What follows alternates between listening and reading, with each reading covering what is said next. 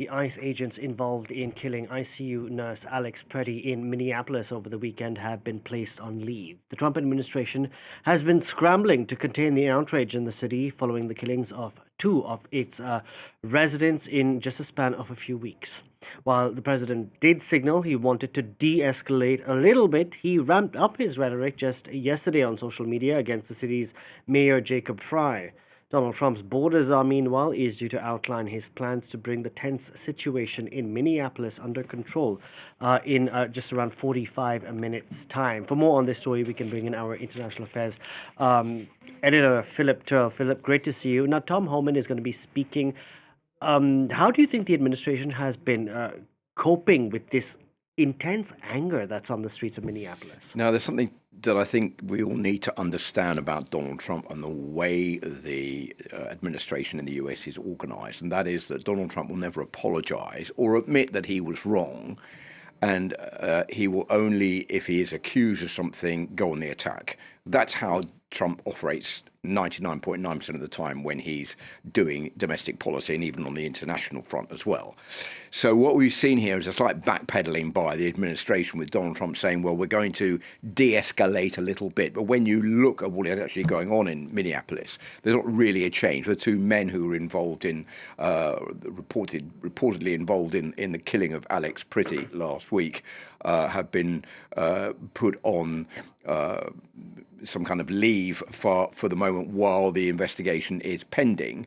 But the bottom line is that the ICE officers are still on the ground there. They are still being told to arrest people because what the administration wants to achieve is this figure of 3,000 arrests a day, moving up to about 1 million people who are kicked out of the United States on an annual basis. That's what the ICE officers are being told to do. So, okay, we've got the changeover from one official in charge of Homeland Security and ICE to another one in the form of Tom Homan, who is going to be speaking in about 45 minutes. He's a more consensual candidate. He's known all the U.S. presidents from Ronald Reagan up to Donald Trump, but we know he's a Donald Trump supporter because he said the only one out of all these presidents who's managed so far to secure the border between the United States and Mexico is Donald Trump. All the others failed to do so. So he's a more consensual figure. He's less hardline than Greg Bovino, the former boss who was in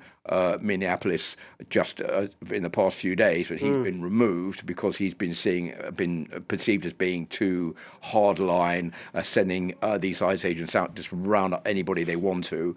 I think Tom Homan is making it a more consensual approach towards all of this and the hope that it's going to calm down. But the bottom line is that what Donald Trump wants to achieve has not changed at all.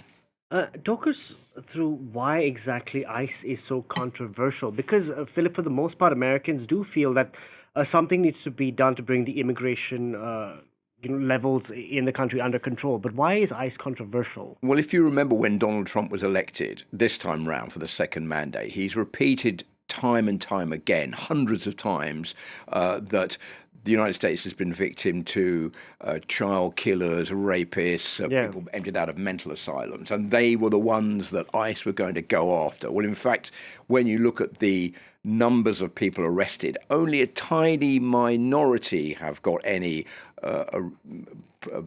criminal record. The vast majority of people are like those working in restaurants, cafes, car washes, the local nanny. They've been rounded up and they've been taken away. And that's what has annoyed the public, because they say, well, we didn't vote for this. We didn't vote to see these ICE officials come in here, these ICE policemen come in here and take control of people who we didn't think were a threat and who obviously are not But a he threat. did threaten, he did say he would carry out the largest deportation in American history. So what was the public thinking? But I think there was a misconception about what that actually meant.